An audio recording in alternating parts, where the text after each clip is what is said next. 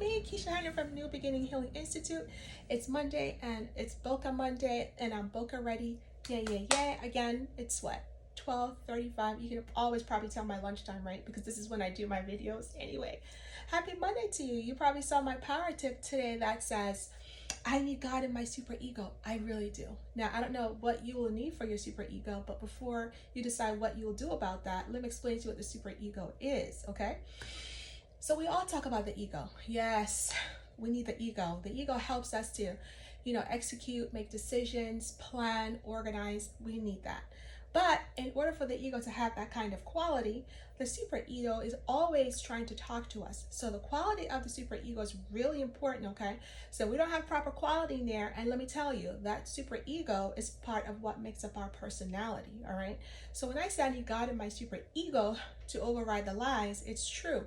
Well, how's the super ego formed? Well, really quick.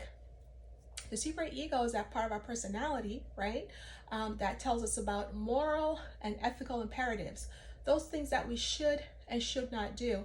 The only thing about that is if it becomes too much, if that part of our brain, if that part of our personality is too loud to the point where it really affects, what the ego does or is able to do. The ego strengths. One of the ego strengths is being able to have very high tolerance, right, for things, and be able to kind of manage our frustrations. And that's just one of the features of the ego. So not to bore you too much, but if the ego is going to have good quality and have strength to do things on a day-to-day basis, that super ego, this I always call the left person, needs to be in check. It needs to have some kind of balance. And again, the super ego is a part of us that is developed way early. So really quickly again, where'd that come from? It's a part of our personality that's actually shaped since we were like 6 months in utero. Other persons are like our social scientists, and scientists like to call that part of our brain the limbic system, because the limbic system has a lot to do with our unconscious functions such as breathing and other unconscious functions that we don't really tend to think about. So this one of the parts of the super ego then is our thoughts, okay? That silent voice, that inner person that talks to us.